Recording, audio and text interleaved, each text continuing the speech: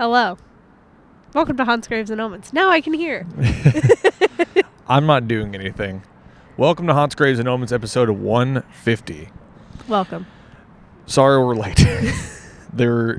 Taylor's sick. I'm getting sick. Life has thrown Life has not been kind. It has not been kind. It's been throwing everything at us. But for a very historic episode 150, we obviously sound different. Yeah. Both being sick. I was gonna say we sound very sick. Sounding sick, and also we're just kind of here. So we're in Cathedral Park, and you can look back behind us. You can see the Cathedral Park Bridge, which I believe is called the Cathedral Park Bridge, right? Yeah, I believe so. Might not be. There is some legends around.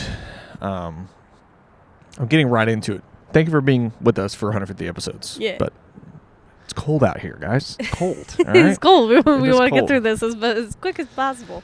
But give you the best quality content. Exactly. So back behind us is Cathedral Park Bridge. And with Cathedral Park Bridge, there is actually a haunting legend. There is, yes. Which is crazy because just across the waterway here is Forest Park. And if you watched our Plays and Bewitch episode 1, we went to Forest Park, which is right here. And which is Castle. It's directly across the river. And so it comes at no surprise that this whole area would be very haunted. Spooky. Very spooky. Now, there were reports of a screaming woman coming from this area, actually where we're standing, which is really weird. Yes. So it's believed to be like a 15-year-old girl or something. Yes. Like that. They believe that she was actually killed underneath the bridge here, or maybe have possibly fallen. And it is such a vivid haunting that people will actually call 911, and Portland police will actually respond out here in order to find this attack or whatever may be happening, only to find an empty park in North Portland. It's crazy. It is super crazy. Now, you know what I should have done prior to this episode? What? Find the episode. I, for once, named the episode. I also apologize. I can't hear anything again, so this is going really great. I can hear again. I think it's that specific chord. All right, you. But that's okay. You vamp. That's okay. I can hear now, and I'm doing great. I also need to go through and find the episode, but it should be easy to find. Let's see here. Can you hear? Yes. There you go. Sure can. So we're running this completely wireless, or not wirelessly, but completely separate. So that's why the video quality looks different, and the everything looks different. Sounds different, looks different. And but yeah, we wanted to do something special for HGO 150, and when we tried to go film at some other places and options fell through, and then we weren't able to do it, and so we kept having to postpone, and then eventually we get sick, and then everything falls apart, and then I get AIDS, and then Spirit, the dog, who's right here, which you can't see, starts talking. She's here. That's how you know I've taken way too many drugs. Too many cold meds? Too many cold meds. And I haven't taken any yet. Well, once again, welcome to Haunts, Graves, and Omens. My name is Fred Stewart. With me, as always, my lovely co-host. It's me. It's Taylor. Hey. Live in 4K. Live in 4K. It's not 4K. It's 1080p, barely. For the last 150 episodes, I've had the privilege to say these words. And today, tonight, and this morning, depending on when you're watching it, it is no different. Except we're in Cathedral Park on a nice kind of foggy morning. This is classic Portland weather. Classic Portland weather. In case anyone's curious, this is what Portland looks like 85% of the year. Yeah. Is this. And for this special episode of HGO, I want to do something special. So we're here. We're doing it. It's happening. And for this very historic episode, I wanted to focus on some of the most important stories that make Portland, Portland. And so we're going to be talking about Portland true crime, Portland ghosts, legends. I think it's going to be very exciting. Mine's true crime. Yours is true crime. Mine is true crime. I don't know what yours is. I don't remember. We both wrote these so long ago. Drop it, dude. See? That's what happens when I don't have anything to bounce my phone on. Well, use your hands. Yeah. So I'm going to set the scene for you. Okay? So, okay, use your mic, bud. No. Yeah. The year is 1890. You're a lumberjack, or maybe a fisherman, and you have just arrived at the local bar after a long day's work. After belling up to the bar, a mysterious woman of the night approaches you. Her overall appearance and confident demeanor captivates you. You're captivated. Do you feel captivated? I feel very captivated Great. right now. She places a hand on your shoulder and offers to buy you a drink. Of course, you oblige, right? Hell yeah, free drinks. Free drinks. The bartender slides you your drink, and you take a swig, talking to the strange new woman. That drink hit a little harder than normal. Maybe it's the good stuff, you know? Maybe she's buying you the good stuff, right? Probably not. Well, after finishing your drink, you're already under the effects of the illicit substance, and you got one thing on your mind. Pretty Backgammon. lady. Yeah. As if reading your thoughts, the lovely woman asks if you'd like some company. Eager for some one-on-one action, you readily agree.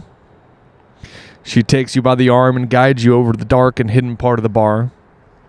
She tells you that she'll only be a moment and to stay put as she glides away back into the bar. Then, without warning, you plunge 10 feet into total darkness. Shocked by your sudden arrival onto the new landing, you can do nothing as a group of shadow men beat you unconscious. It's not done yet. Nope. When you awake, you're in a dark cell, barely lit by a distant lantern. But this time, you're not alone. In this cell are 5 or 6 other men. Your shoes have been removed and you're bleeding from somewhere.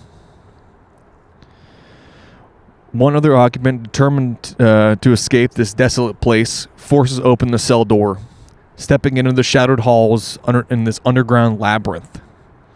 But as they take 1 step, 2 steps, 3 steps, the void of light room is filled with screams, blood-curdling screams. Your eyes try to adjust to the darkness to see what's happening, and then you see it. Glass. Broken glass. It is scattered all over the walkways of this hell. Your screams echo that of the men before you, joining in a chorus of fear and pain. Knowing that your captives are soon to investigate those screams, you scream louder and louder. In this hell, there is only one thing for certain.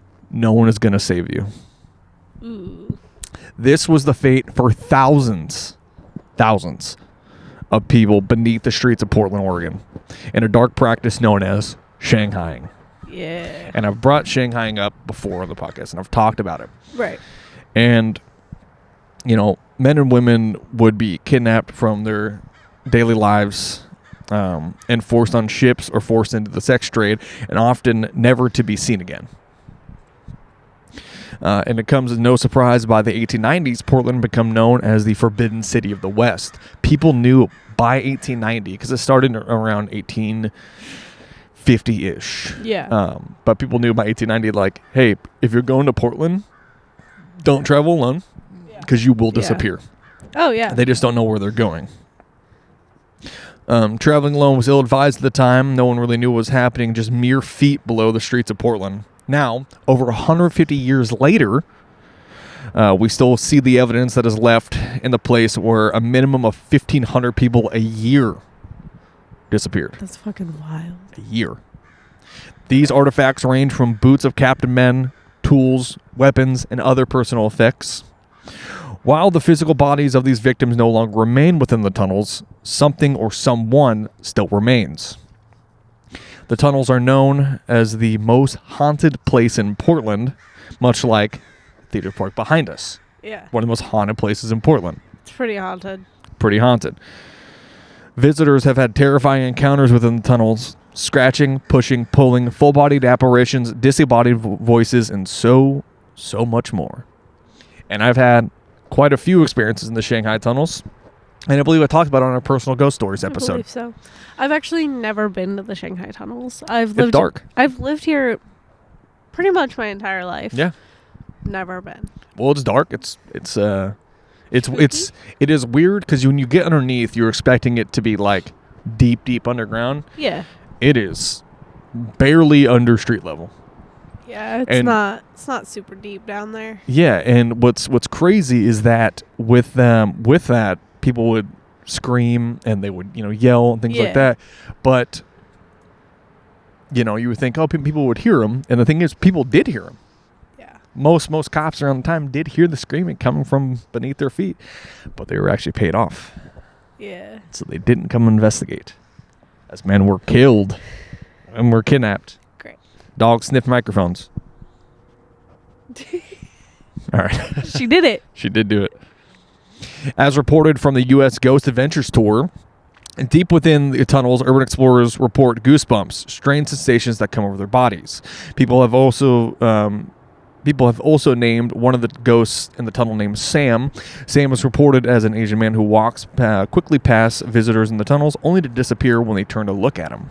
Ooh. People report that he is the one responsible for turning off lights and connecting bar basements. Sam also enjoys moving items around the tunnels as explorers walk by. Oh. Yeah. So one guide even heard someone calling out to Sam over and over again, echoing through the otherwise empty tunnel.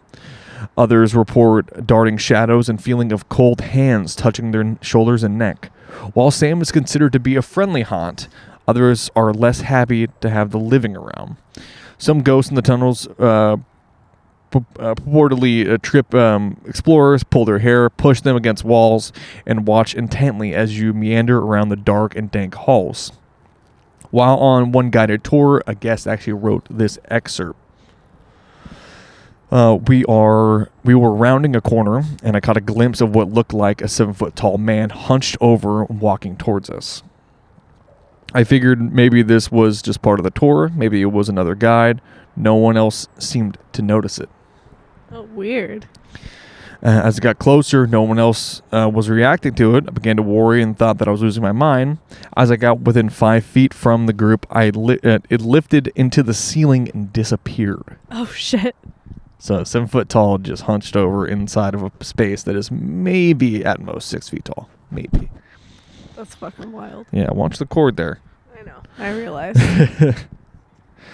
Seeing that, it felt like the breath was completely pulled out of me. I still can't explain what it was. And after the tour, I asked a few other guests if they saw anything strange. Most reported sensations of being watched. And one woman had their hair tugged a bit. That's a day I'll never forget. Spooky.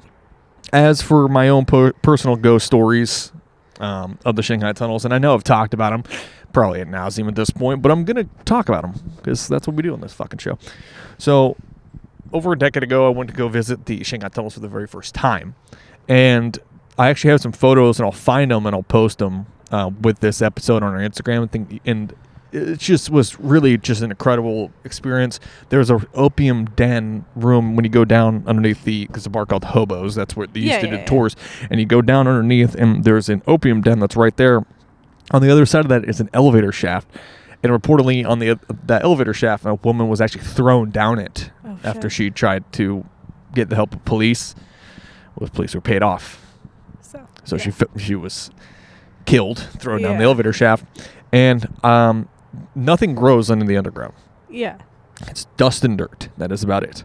And in the underground, I took these set of photos, and in those photos, you can see a native flower, which is a pink rose. Yeah. And you see it come into frame, like it's moving, it's trying to reposition, and then it's perfect. Weird. Somebody had flowers, but none of us had flowers, which is really fascinating. Spooky. Just on the other side of that room, you stand in this dark room, and there's some beds where women of the night, if you will, would and whatever, and, or just play backgammon, and they but yeah, there was this there's a hole cut out in the kind of bricks, and I assume that was there on purpose so that way the captors could look, or the hostage takers, people, I don't know what to call them, bad guys, could look in to see what people were doing. And just below that were a set of boots, and in those boots were the men that had been kidnapped. Yeah. And I remember looking over and looking up into that window, and there was a fucking face in that window, which doesn't make sense because it's around over 6 feet tall. Yeah. So something was looking at me through that window. And there was plenty of other experiences. But, There's a train. it's fucking ambient. That's really fucking spooky. I don't think I like that. What the fuck? Pretty fun. On today's episode of Haunts, Graves, and Omens. I know, it's a train. Yeah, pretty spooky. The That's Shanghai pretty tunnels. spooky. The Shanghai tunnels are fantastic, and they're really, really cool. And I really hope they bring back the tours, because I'd love to go back. They're doing some tours. Yeah, there's a couple places, and hopefully we're gonna be able to go film in some, but we'll see. Do you want me to continue reading? Up to you. Mine is kind of long. It's all pertaining to one thing. So if you want, I can read mine, and then we can do yours to finish up. Let me read this one more. You got it, bud. You got it, bud. So this actually is perfect because of where we are. Okay. So I'm going to be talking about somebody that I talked about briefly on the Blaze and Bewitch episode 1, which happened just, if you guys can see, way out there in that tree line. Yeah, it happened. It happened right there. Yeah. This is the story of Todd Allen Reed. So Todd Allen Reed was born on May 22nd, 1967, here in Portland, Oregon, to Ronnie Thomas and Marine Sergeant Alfred Thomas, who married 9 days prior. They had their another son prior to the divorce in 1971. His mother, Ronnie Thomas, would subsequently remarry Robert Reed, who adopted Reed and his brother, and the two later divorced when Reed was 12.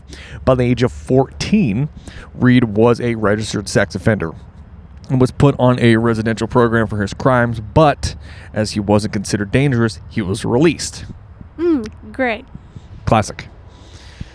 In the following years, Reed met Gail Bennett in 1986, whom he would later marry in 1988. Reed and Bennett had 2 children, and after Bennett divorced Reed in 1997, Reed was ordered to pay child support and granted visitation. Just kind of a rapist, essentially, who somehow finds love. Yeah. And that should be the end of the story, but unfortunately, it's not. Surprise. So, in April of 1999, a woman named Lila Moeller, a homeless prostitute suffering manic depression, she had been convicted for possession of paraphernalia, like possession of drugs, prostitution, and in April of 99, she goes missing. Oh. A whole month later, on May 7th, here in Forest Park of 1999, dogs find her remains in that forest back behind us. Oh, jeez. She had been covered with tree branches and leaves. It was obvious that she had been strangled to death and had been sexually assaulted at some point. A condom containing the killer's DNA was found 28 feet from her body. Great. Yes. So, within... excuse me, these notes are a lot harder to read out here. The next victim would be Stephanie Lynn Russell, a fellow homeless prostitute that worked out here, an acquaintance of Mueller. Russell's body was found by police when they were searching the area where the previous victim was located, which is back behind us. Her body was discarded only a quarter mile away from where Lila was actually at, and she had the same MO, sexually assaulted, strangled to death. Unlike Mueller, authorities suspected that Russell had died much more recently, likely within a week of being found. Oh man. So and this is pretty much back-to-back cases. Yeah. Right? And sorry about the train, guys. Our trains are very long, so they take forever. I'm just getting all the cords covered in mud. It's fine. Me too. That's fine. We're doing great. Yep, that train's very loud, but yes, we'll work through it. We're doing this for you guys. We're dealing with unforeseen circumstances. Like a train. Like a train. Which we probably should have seen. There he is. There's literally a train. I don't know. Maybe. Maybe 50 feet. Yeah, from where we're there standing. goes. We're going. I think once the head of the train is further down, we'll be good. Don't we know that we're trying to talk about murder in Forest Park, a place that, or like the area adjacent to Forest Park where there is murder. It's literally called Murder Park. Dude, this is fucking sweet. Episode 150 is badass, dude. Dude, are you stoked, dude? You're autistic, dude. You should love this. This is like your favorite things, dude. I'm not obsessed with trains. I don't know why he's honking so much. I love the sound of birds in Cathedral Park. I think once that train head is gone, we'll be fine, because this stuff don't make noise. It makes noise. Not as much. It's not as loud. You hear the rolling in the back, but that's about it. We're getting super serious talking about horrific murder that happened literally across this water, and then the train is just yeah. It's oh, okay, great. I think we might be good to continue. Great. So, dude, I'm telling you, I think you're stoked, dude, because this is your bread and butter, dude. It's Are you not excited? I see trains all the time. We live in a very train-centric city. Train-centric city. Yeah. It's great. We have max trains. We got regular trains. We got all the trains. See, dude, you know a lot about trains. See? I know 2 types of trains. Knows a lot about trains. The max trains, and then the ones like that. I don't even know what they're called. All right. So, on June 2nd, 1999, back here, once again, in Forest Park, also known as Murder Park, there is a long history of just death in Forest Park. Great. There's been murder, suicides. There's the whole story of the witch's castle. It goes on and on and on. But Anna Nicole Ison, excuse me, a transient runaway with a substance abuse problem, and contact with the justice system, was found by a hiker on a running trail along Forest Park, right back behind us. The area had not been searched by authorities in the previous month. Her body had been dumped down a steep hill, but a quarter mile away from the other victims. She had also been, once again, that's resulted in strangled to death. Seems like there's an MO for Todd Allen Reed. Yeah. There was other suspected cases, and we're actually going to get closer back to kind of our neighborhood. So, a 15-year-old named Jennifer went missing on July 3rd, 1987. In Gresham. She was last seen with Reed's girlfriend, Gail Bennett. There was no relation between the two, but they were seen together. Weird. Initially, a biology student from Mount Hood Community College discovered a human shin and heel bone on July 18th, 1988. And over the week, explorer scouts discovered enough bones from the bushy fields in the southeastern part of the city to make a nearly complete skeleton. Jesus. It was later identified to be that of the 15-year-old Jennifer by the Multnomah County Medical Examiner's Office, with the cause of death being labeled as asphyxiation. Oh. Well, yeah. I was right. Yes. Talking about Mindy Thomas, age 12. Thomas disappeared from her apartment complex in Gresham once again on August 3rd, 1987. Like Jennifer, she was last seen in the company of Gail Bennett. That same October, her remains were found near a hiking trail close to the Mount Hood Community College.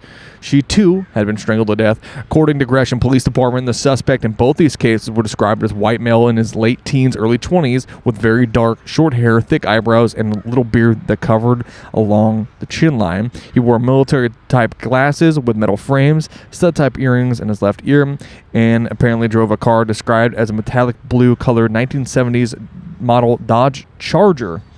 Captain Gerald Johnson noted in a written statement that the man was likely acquainted with the girls or in the circle of friends, as he was seen calling out to Jennifer at the time at the convenience store on the day of her disappearance.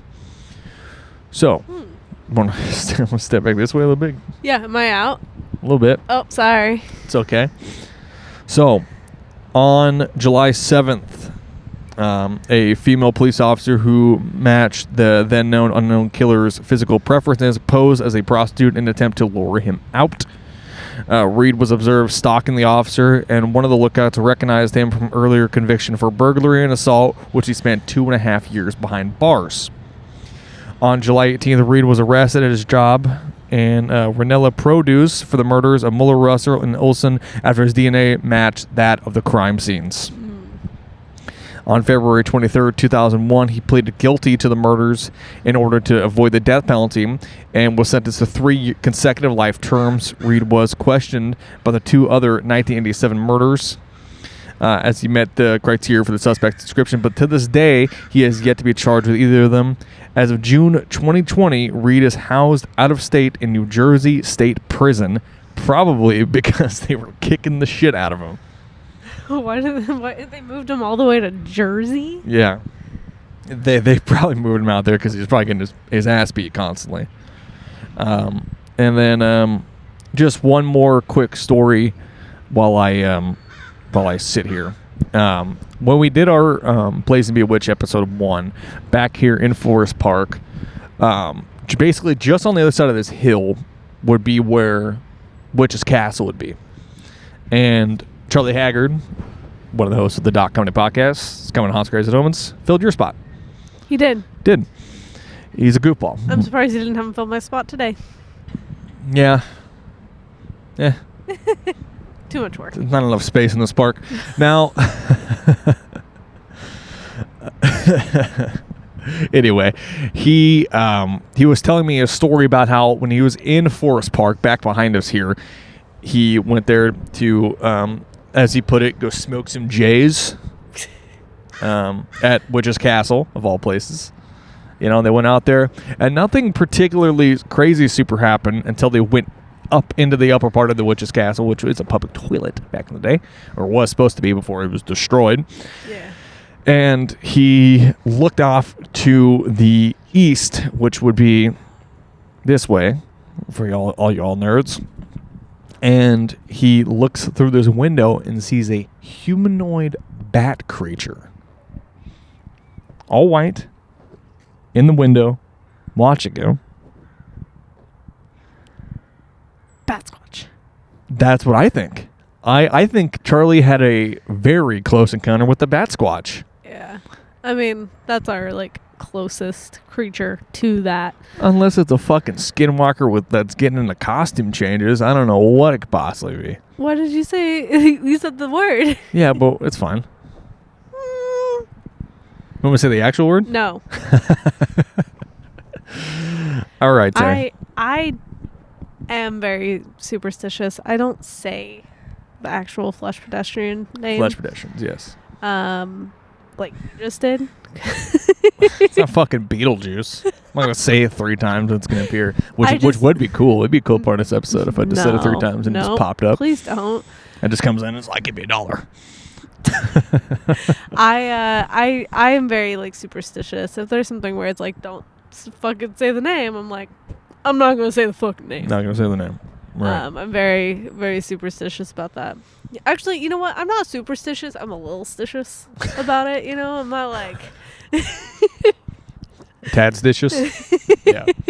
Just a little bit. Well, Tay, I have one more story I can tell, but I'm gonna let you pop off. I might need to. I'm actually gonna have to pause real quick. Change batteries. Yes. Right. Sounds good. Yeah. Right. Sorry about that. I had to change batteries because we're running completely off the grid. Spirit, what do you think?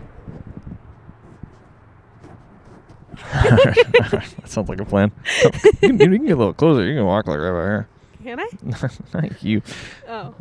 She said, well, I don't know. I can't see anything on the screen because, first of all, I'm blind, but also it's a tiny screen. So I can't tell anywhere where I am. Anywhere. I can barely tell. Oh, Jesus. She's here. Hi. We told you. If you didn't believe us, you can now. Hi. She's I've been patient enough. Time for a She's like, Dad, I'm going to get my fucking muddy paws all over you. Going to wipe my peats. Hi. I know. I know. I ignored you for 30 minutes. My bad. All right. All right. Are you ready for this? Are you ready? Yes. Spirit is also ready. Spirit is also ready. She's ready with them sneezes. Ready with the sneezes. Ready? Don't do that. Sit. She got all tangled up, and so her first instinct was, See, Taylor wanted to bring the dog, and I was like, I guess. And I should have brought the cat, because the cat wouldn't have done that. The cat eats plastic. He would have chewed through a cord. He would be asleep in this hard case. No, he wouldn't. Yes, he would have. I don't want to fight in front of the kids. Now.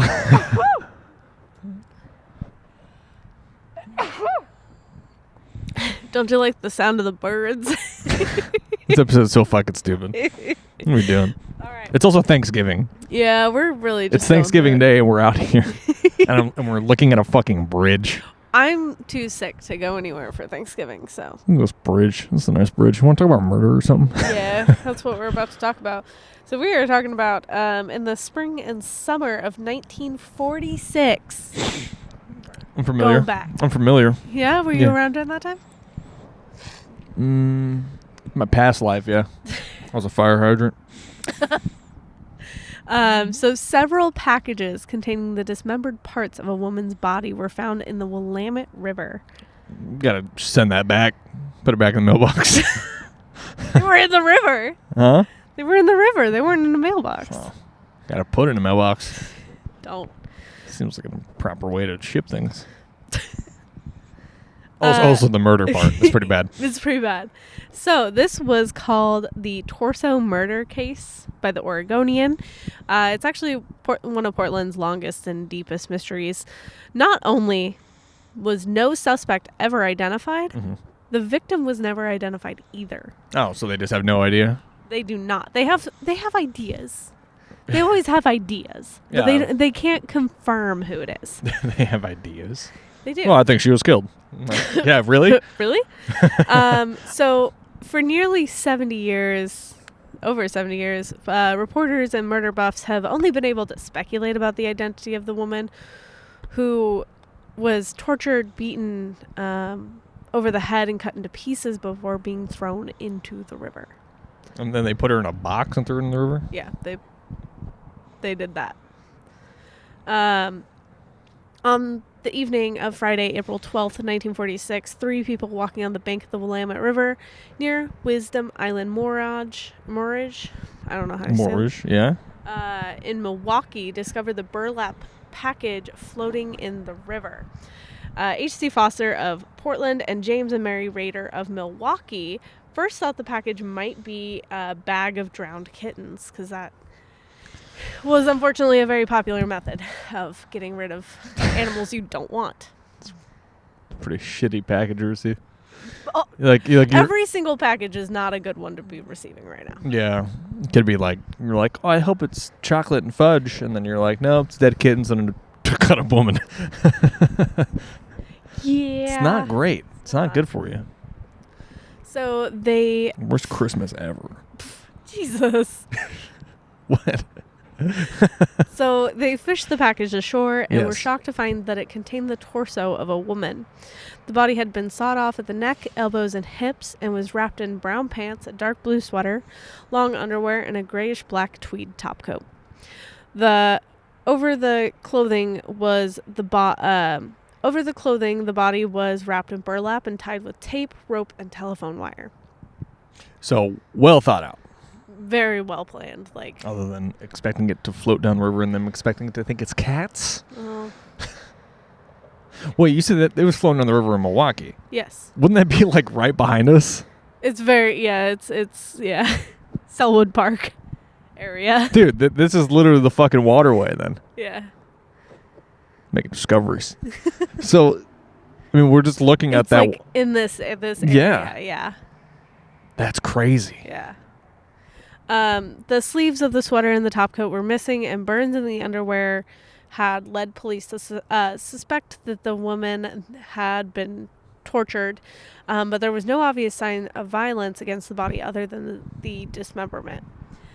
The discovery of the torso led workmen on a tugboat working upstream from the Willamette Locks to investigate the floating package that had been sighted a couple weeks earlier. Inside, they found the woman's arms and one thigh. Oregon State Police and Clackamas County deputies believe that the body came from either Milwaukee or Lake Oswego, or that it had been thrown from the Oak Grove Bridge. So not super far from here. I'm going to look up and see what the Oak Grove Bridge is in relation to us. Yeah. They investigated sites on the river where footprints and scraps of burlap made them think that the packages had been thrown into the river from more than one spot. On July 27th, another thigh was found floating in the Clackamas River below the McLaughlin Bridge. By this time, public interest had waned and few people had noticed the grisly discovery. The Torso murder case received another spate of headlines in October of 1946 when the head was actually found on October 13th. So they have a lot of pieces of her, and they do actually find her head. Oh, good. However, so it was wrapped in newspaper and green I don't know why I was like, good. They found their head like I don't know why. That was my initial reaction. Be like, well, yeah. I mean, obviously it is a good thing, but it's also just like, oh, thank God they didn't lose it. Well, I mean, but also at the same time, it is good that they found it. Yeah. I mean, it would be kind of unfortunate for a kid in the 40s to be playing on the Willamette back when it was clean, and they're hanging out, and then just some poor woman's head washes ashore. Yeah. I'll ruin your Sunday. It was wrapped in newspaper and green cloth, weighted with 21 pounds of window sash, weights, and apparently had been thrown from Oak Grove Bridge. Okay. So Oak Grove Bridge in relation to us is about 34-minute drive that way. So, I mean, okay. Relative, but it's the same stretch of water. Yeah. The newspapers proved to be from the Oregonian, dated October 14th, 1944, with another page dated September 16th, but with no year. The woman was in her 50s, about 5'8" and 140 pounds. She had medium brown hair, mostly gray, and a partial dental plate with extensive dental work. Police thought that the dental work would lead to an identification because that's usually what happens. Absolutely. Because her hands and feet were still missing, so they were like, well, we have dental work, so hopefully that brings us something. And do they find the hands and feet? I don't believe so. Okay. They were perusing several leads on missing women, but did not release an identity for the victim. And that's kind of where the trail went cold. Well, thanks so much for joining us at HGO 150. That's the story of the Torso murder. I have more. Oh. God. I wonder if another train's going to come by. There are a couple of people who were suspected. We have Bessie Carol Nevins, who on April 16th, 1946, less than a week after the Torso discovery, a handwritten letter was received by Acting Chief L.V. Jenkins at PPB from Miss J.L. Wilson. L.V. Jenkins. Yes. Acting Chief. Chief Jenkins. I don't know why I find that so funny. Chief Jenkins? Yeah. Why is that funny? I'm old Chief Jenkins. Oh, well. Come on down to Portland Police Bureau. We'll find your hands. This is the 40s. So it's a very 1940s name. Chief Jenkins, 1940s, police. Are you missing hands or feet? Or sections of a woman? Oh, that's this dog.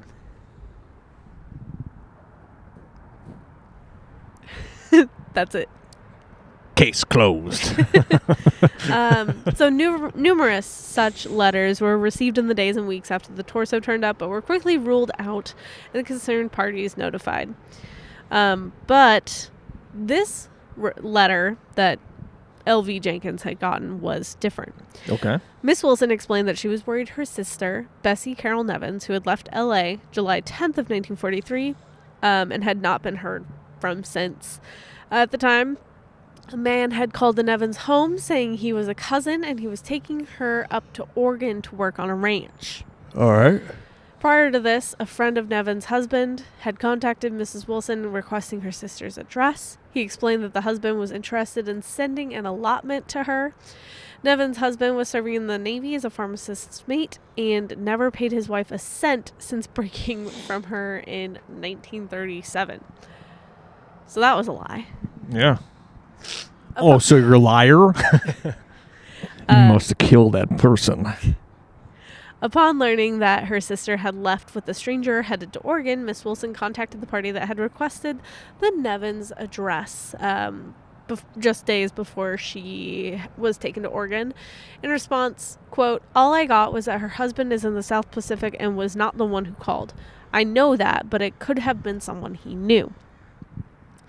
Miss Wilson confirmed in the letter that her sister was in her early 50s, thus matching the age of the torso victim. She also described her hair as sister's gray, or her sister's hair as gray, which does eventually match with the head that they found. Interesting. She pointed out to investigators that the family had no cousins in Oregon and that she was uncertain as to the identity of her abductor. Chief Jenkins' reply back to Miss Wilson was standard. He encouraged her to contact local authorities in L.A. to initiate a missing persons search. He reassured Miss Wilson that the state police, or that the letter would be passed along to the state police since the crime happened just out of the jurisdiction of Portland. Barely. It is a literal stone's throw away. Yeah. While Captain Vane Gurdane of OSP wrote back a few days later, no follow-up reports or letters exist in the file, which suggests that Bessie Carol Nevins was never ruled out as a torso victim. So there's that. There's that person. Yeah. Sorry, I'm dying here. Eva Linder Panko is another. Of the famous breading company. Yes, of course. During World War II, Eva Linder worked in the Portland shipyards, building the Liberty ships that would help ensure the Allies' victory in the war. That's the first thing Taylor had ever learned about World War II. Did you know that they used to build ships here for the war? I did. I don't believe you. Was it after you read that? No. I don't believe you. When was World War II fought, Tay? Early 1940s. That's correct. I'm shocked. Meanwhile, we're talking about a story in the 1940s. This show's so fucking stupid, dude. There she met fellow ship worker Tony Panko, and the two were married January 29th of 1944. The couple then moved to a small farm near Oregon City that Tony had acquired before the war. Very quickly, the marriage deteriorated. Genevieve Baldwin, who was a friend of Eva's, would later tell the Oregon State Police that she, quote, had heard Tony threaten to kill Eva and that he was very jealous and hot-tempered. Sounds like a level-headed guy. Yeah. And they're like, no, this man would never kill. And meanwhile, he's like, I'm going to fucking kill somebody. And you're like, I don't think he did it. No. Within 10 months, the marriage was over and a divorce was filed on October 17th of 1944. Eva then purchased a home in southeast Portland with another shipyard worker, Herbert Troy Dennis. Then, on November 21st, so not even a whole month, the house burned down and Eva Linder Panko disappeared. So she faked her own death. She gets a divorce. She buys a house with another guy. And she disappears after her house burns down. Literally not even 4 weeks. Yeah, I don't see any connection. I don't see any connection at all. I don't think that's a thing. I'm pretty sure the Portland police were like, well, clearly she turned into fire and the house burned down. Because it's the 40s. Yeah, they're not very good at investigating anything. No cops started being good at their jobs until, like, the 70s. Yeah, that's fair. Everybody was just kind of getting lucky. Because they would find someone and be like, did you kill somebody? And they'd be like, yeah. Hey. And they're like, all right, case closed. Did you do it? Yeah.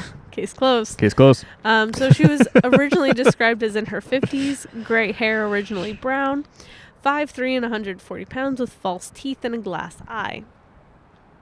Efforts to track down Eva proved futile, but investigators did locate Herbert Troy Dennis living in Seneca, Illinois.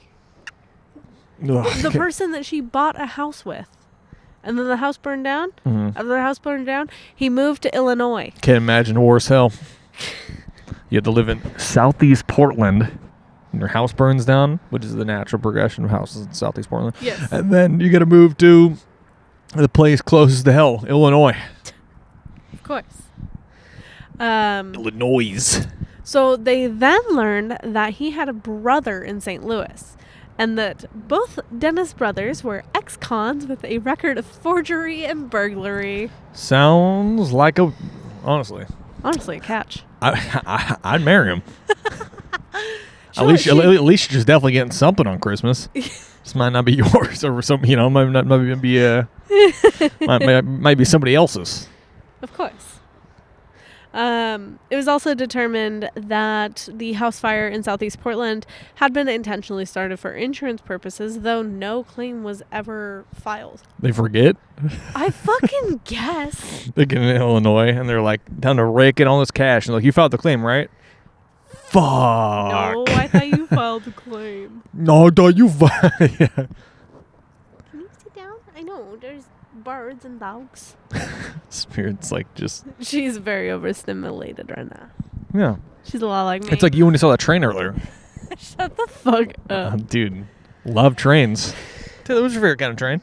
I don't have a favorite kind of train. No, so we're lying? That's cool. I don't have a favorite train So- because I don't know anything about trains. Anyways, Well, let me ask. Do we know if the head that was found, did it have a glass eye? it's not stated. So I would assume that there was not a glass eye. Or eyes? Probably. Could have no eyes. eyes. It was sitting in the water for quite a period of time. All right, gentlemen, we're looking for a description of a woman that has no eyes.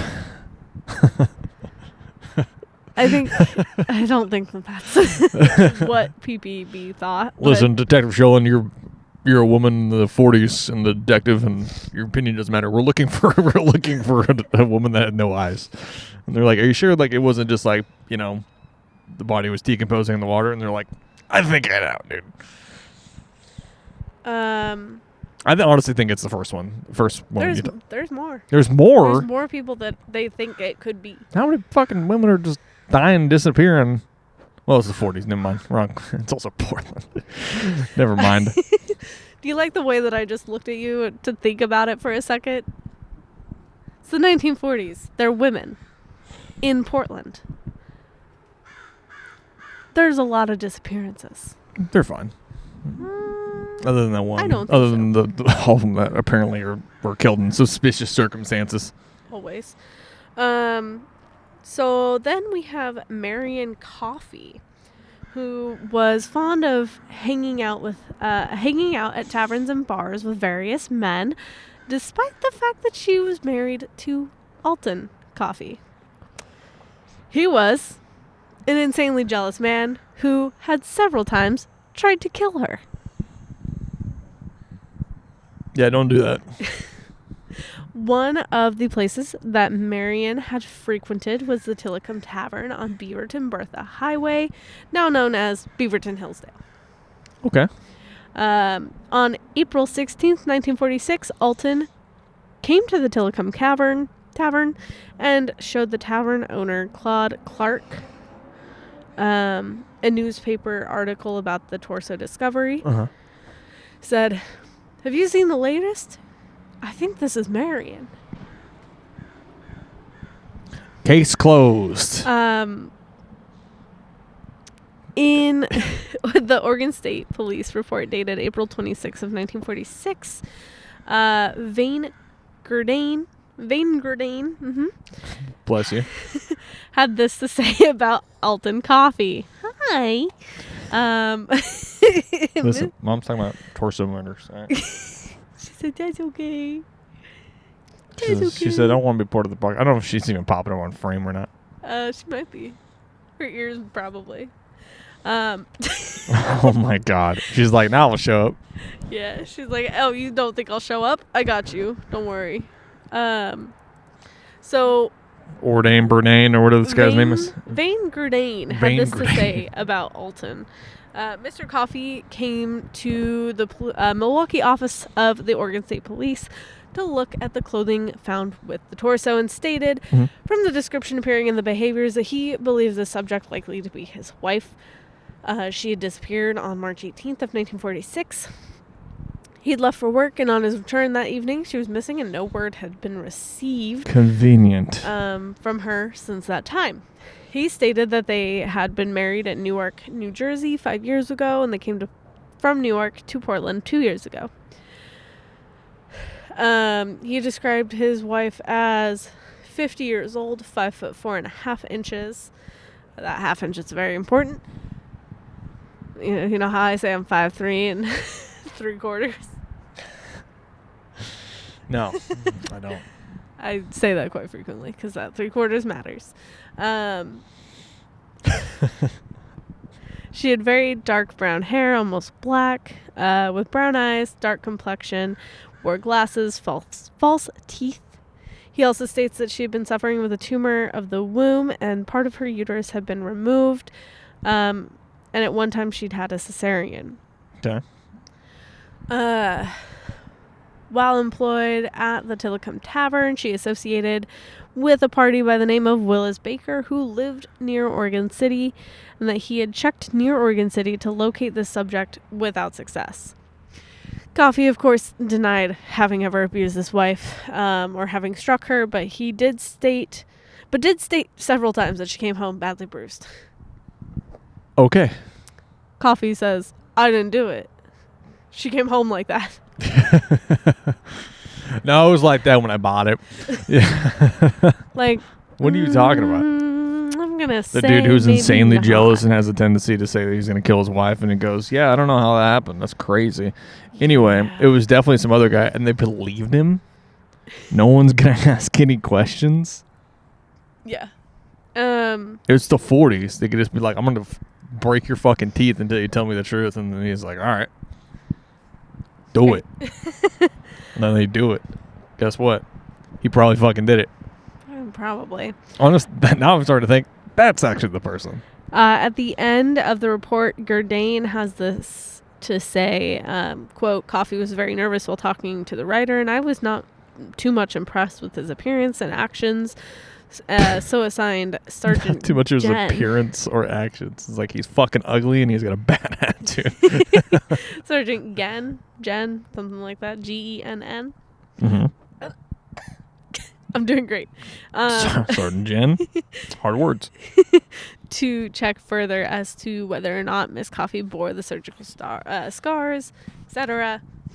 No follow-up reports survive in the OSP file regarding Marion Coffey. So much like Bessie and Eva, there is no evidence to suggest that Marion Coffey was ever decisively ruled out, nor is it clear that her whereabouts were ever determined. Honestly, she probably ran off with another man. You think so? I think so. Or do you think that she ended up in the water just behind us? I think she might have. For her specifically, I think that maybe she got tired of the physical dealing abuse with an abusive husband and felt that. I mean, the thing is with a lot of domestic violence, they're too afraid, for good reason, to file for divorce. Yeah, absolutely. Right. So much like the first case, the first story you talked about. It's you file for divorce and hope he doesn't overreact, or you just flee. Yeah, and I truly hope that she did just do that. I mean, it's also the 40s. You can just disappear.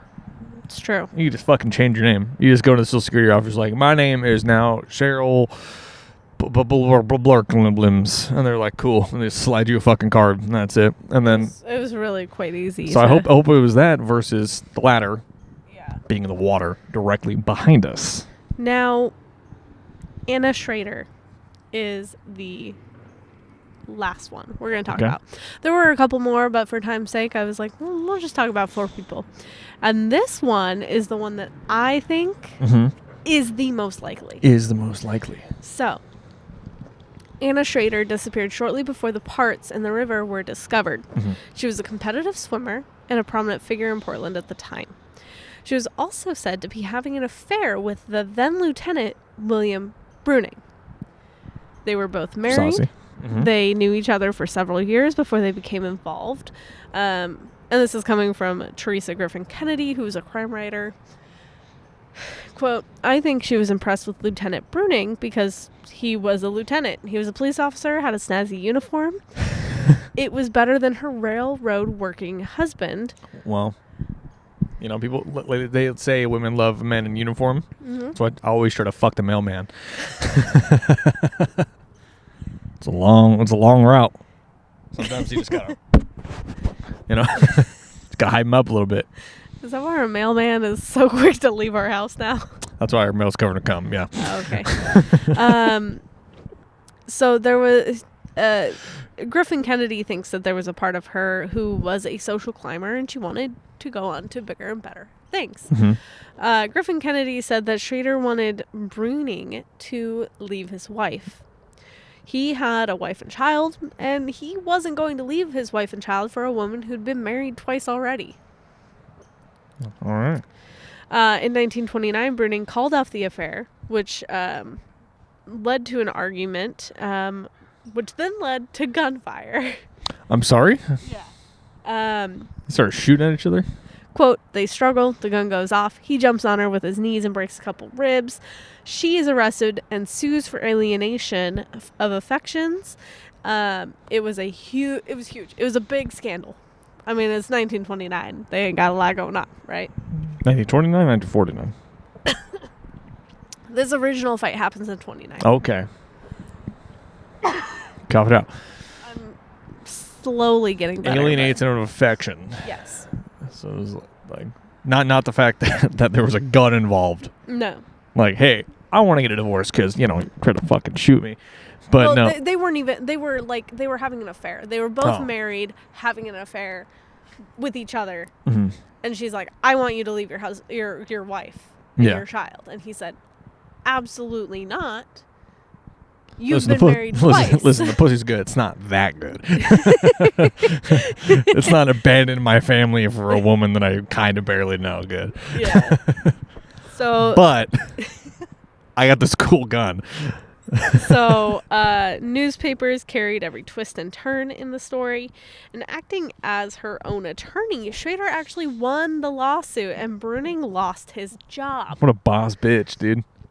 It was a scandal that rocked the city, but there was more. Uh-huh. Schrader said that she had incriminating evidence against Portland police.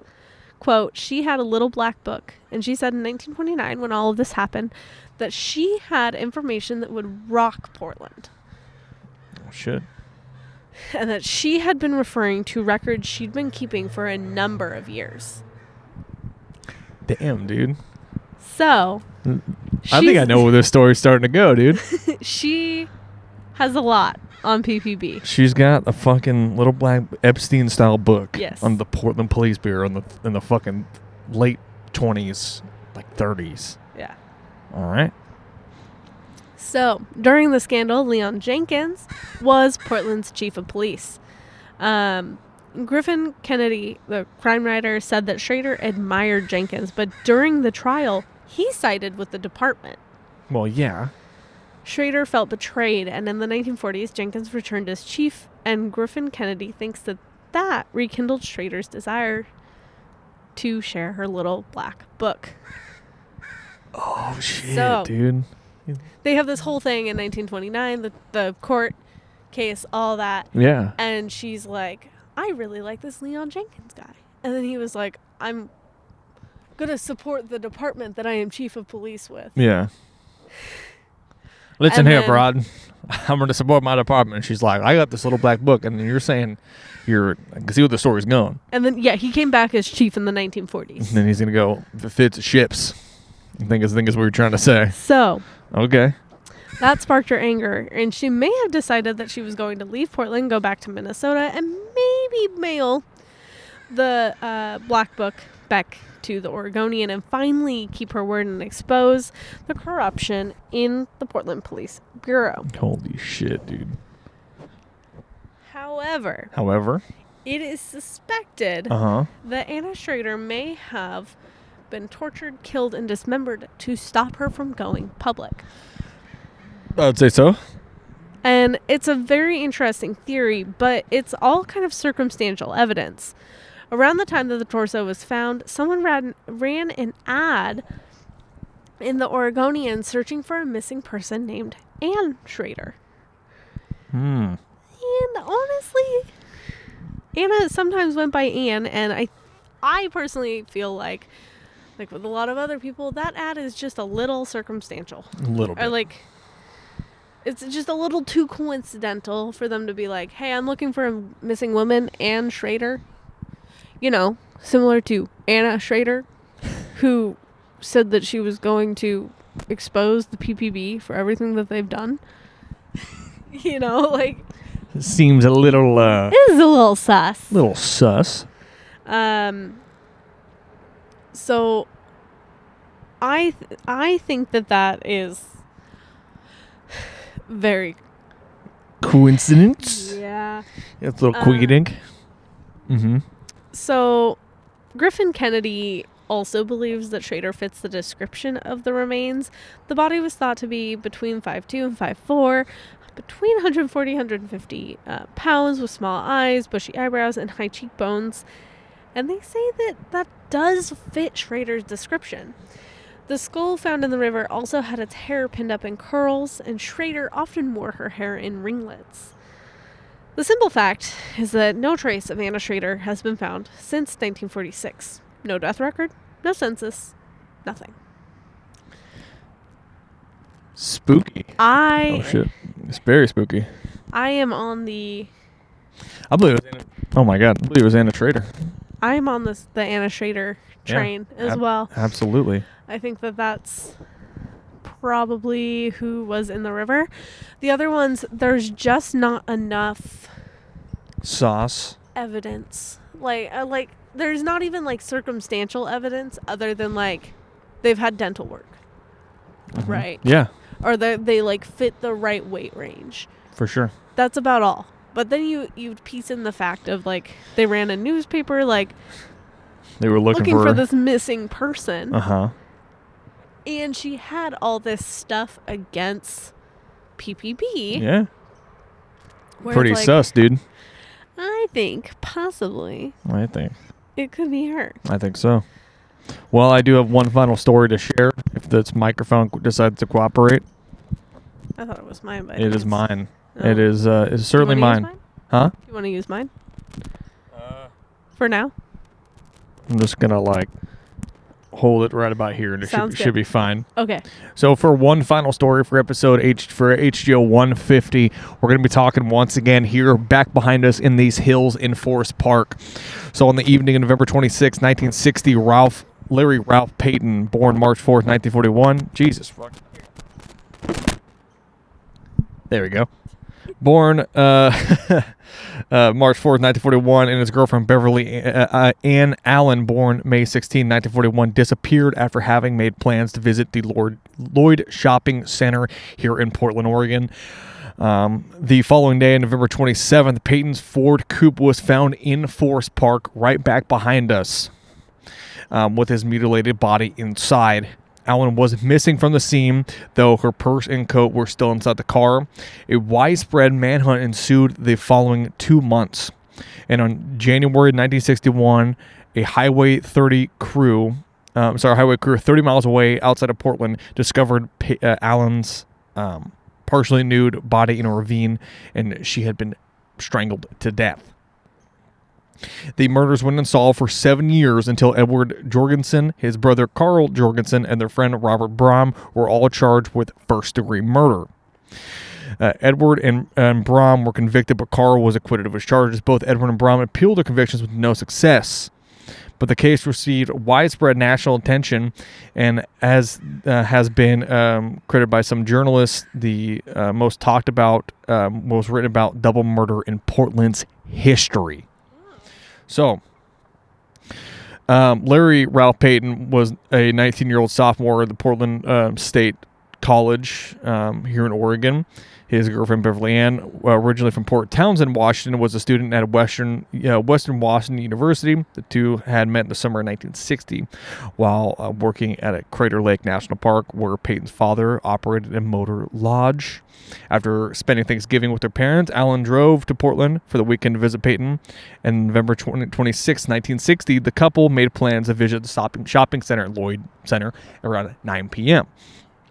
So, like I said, on the evening of November 27, 1960, Peyton's Ford Coupe was found in the remote park here in Forest Park with his body inside. He had been stabbed a total of 23 times with a 4-inch blade and had a severe skull fracture. Mud was found on Peyton's clothing, suggesting he had been outside the car at some point during the attack, almost like he was trying to escape. And immediately, the FBI gets involved, assisting in the search efforts to collect evidence at the crime scene. Allen was absent from the scene, although her current and purse were found containing $11 had been left inside the vehicle.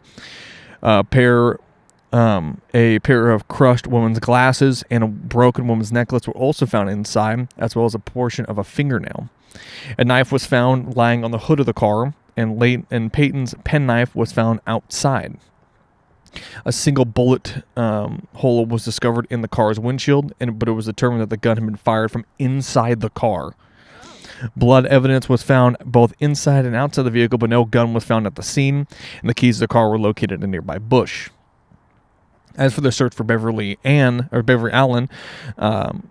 her father, Robert Allen, offered $1,000 reward for anyone for information regarding her whereabouts. Sometime after the Forest Park discovery, a patron of a restaurant in Eugene found a written message in lipstick on the restaurant bathroom mirror, which read, "I'm being held in a brown Ford. Help me." A woman who had been witness, a woman who was a witness claimed resembled Allen, reportedly seen at the restaurant with a man, but this claim was ultimately dismissed by police as the waitress was able to fully describe Allen's features, was unable to describe the man in any detail. Maybe she wasn't focused on that. Yeah, she might have been just focused on the lady. Probably. So on January 9th, 1961, they find her remains, like I said, 30 miles west of Portland on Sunset Highway. Hands were bound with green nylon cord. Near the body were a plastic sheet covered in red stains that appeared to be blood. An autopsy was confirmed, and it was confirmed to be strangulation by rope. She had died approximately between 3 a.m. and 7 a.m. on November 27th, a whole day after the discovery. And then she wasn't found until January. Fuck. That's insane. It's crazy. It's hard doing this with one mic. I know. With a fucking cable. So police began to question the owners of 2 abandoned cars that were found near Allen's body, belonging to United States Navy sailor stationed in Astoria, and the 2 other young men from Banks who claimed the car had been stuck in the mud, resulting in them abandoning it. According to the investigators, Earl's son, 2,292 individuals were questioned over the course of the investigation. A total of 453 suspects were considered, only 47 of whom were definitively cleared. Approximately $25,000 was spent in search and investigation efforts. So in October 1966, Edward son received a letter from one who claimed to have information regarding the murders. Identified as Nikki Essex, an author divulged information that she would have only been known 2 persons at the crime scene, including a large house party that occurred near Forest Park crime scene on the night of the attack, as well as the fact that the knife had been left on the hood of Peyton's car. Essex implicated 36-year-old Edward Jorgensen and his brother Carl Jorgensen, 27, in the murders. Carl was a former boxer and salesman in an upstate Portland shoe store, while Edward was a married father of 5 children who operated a garage. Oh. Not your typical murderers. Yeah, no. They're racing on the range. Ambient noise. When detectives questioned Jorgensen's mother at her Portland home, she vehemently denied that her sons had any involvement and said, "You're backing up the wrong tree just because my boys went to a party in the West Hills the night of the murder." There's no way they were involved. They were involved. And they were. It becomes pretty clear.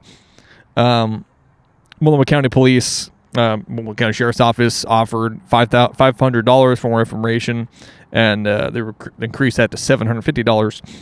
And on August 13th, 1968, a grand jury brought an indictment against Edward and Carl Jorgensen, as well as a third man, 28-year-old Robert Jordan Brom, resident of Salem, had previously been imprisoned for beating an elderly grocer with a gun, which is not how you use guns, in 1962, and was on parole at the time of the murders. Got something to say? I just... Damn. Yeah, that's it. It's like, I don't know how to use this, so I'm going to start hitting you with it as hard as I can. Maybe he didn't have bullets. That's why he's robbing. It's like, I'm going to beat you with my gun because I don't have any bullets. I'm going to get money to buy bullets to shoot you with it. Edward was arrested in the middle of the night at his home while Carl was apprehended at the shoe store where he worked. They all pleaded not guilty. Basically, they go to trial, right? Throughout the trial testimony, it was revealed that the brothers and Brom had attended a party on the night of the killings. Essex provided testimony as the prosecution's star witness, stating that Edward and Brom encountered Peyton and Allen while returning from a beer run, invited them to the party. Peyton and Allen agreed and followed them in the direction of the party. During the drive, the two cars began to race, and Peyton forced Brom's vehicle into the curb, damaging it. Not great. Brom returned to the party and obtained another vehicle. Essex, Edward, and Carl went along as passengers. Essex testified that Brom shortly located Peyton's car and chased it down in a dead-end road here in Forest Park. The three men exited the car and began a confrontation, during which Essex fled on foot onto the main road. Then she claimed to have heard a loud crack that sounded like a gunshot, which is significant to the gunshot of the gun going off inside the vehicle. Yeah. Shortly after, the trio, along with Allen, returned to the main road in Brom's vehicle and picked up Essex. Brom dropped Essex off at her home, and he, Edward, Carl, and Allen left. Verily, was in the vehicle. Suddenly, out of nowhere, after returning. So... Essex's testimony was questioned by Edward's attorney, Charles Paulson, who pointed out that she had undergone hypnosis and sodium amytal treatments in an attempt to recall the events of the night, which, who fucking cares? It's almost a one-for-one of what feels like what happened. Yeah. And in late November 1968, Edward was convicted of first-degree murder in Beverly Allen's death and second-degree murder in Peyton's. Might have got those names mixed up. But he was sentenced to life imprisonment plus 25 years. 90 witnesses were called during the trial, including his brother Carl, who testified having no involvement. But Carl was also convicted of first-degree murder. And Brom was convicted of first-degree murder of Peyton in early 1969 and sentenced to 25 to life. In the aftermath, in the spring of 1972, both Edward and Brom filed appeals for the convictions, claiming Essex was psychologically unstable, fucking me too, and had not undergone an evaluation before testifying in court. Yada yada yada. Who fucking cares? They went to prison. That makes sense. Yes. Just skipping ahead in the story a little bit. You know, just wanted to be a little more spooky. Or be a little more straightforward with it. But it happened just right back behind us, right across the river. Right there. Yeah. So, good spot, eh? Good call. You know? I picked a really good spot. It ties in everything except for the Shanghai tunnels. But water. That's pretty cool. There's water. Well, thanks so much for joining us on this week's episode of Haunts, Graves, and Omens, episode 150. 150. And I'm fucking cold. I'm also cold. Dog's chilling. She's looking at birds. She's having a great time. She got mud all over my clothes. Literally covered in mud. When she jumped up on me, she was like... If you enjoyed this episode of Haunts, Graves, and Omens, you know what to do. I'm not even going to bother saying it. You know what to do if you like podcasts. But hit us up on our socials, HGOPodcast at Instagram, TikTok. Send us an email, HGOPodcast@gmail.com. Follow me on Instagram at I Have the Haunted. Is it my turn? Yeah. You can follow me on Instagram and TikTok at Lunar Thrill. That's all I got. I'm trying my best to post. You can also follow our dog, who's down here staring at birds, at Spirit the Turf. Oh my god. Oh my god. Oh, hold on. Spirit the Turf. There it is. Spirit the Turf. Yay. Yay. Yeah, that's all I got. That's all I do. Yeah. All right. Well, thank you for joining us on episode 150. Sorry we're late. Once again, we're coming back. We're going to be doing a two-parter. So you're probably going to receive this episode pretty much immediately. Yeah. And then we're doing a two-parter. Cool. So, pretty cool. Oh my god, let's get this mic to work. But remember to stay spooky. Stay haunted. In Portland, you creepy.